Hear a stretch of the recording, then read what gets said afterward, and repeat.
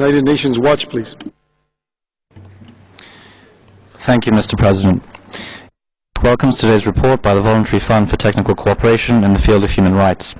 Annex 1 lists the 19 countries where human rights advisors have been deployed.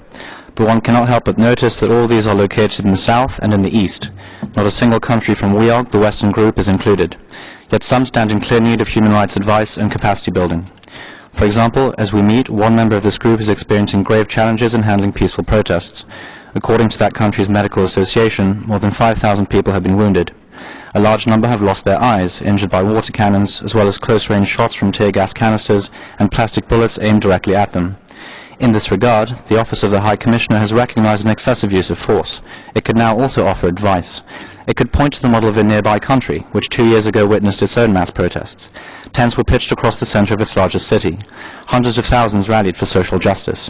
Yet the government's response was entirely peaceful, leading only to the election of newly elected parties.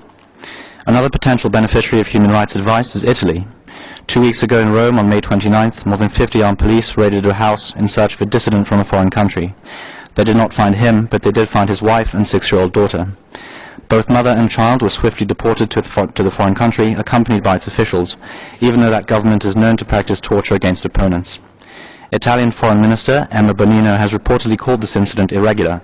Surely advice on international human rights law is needed.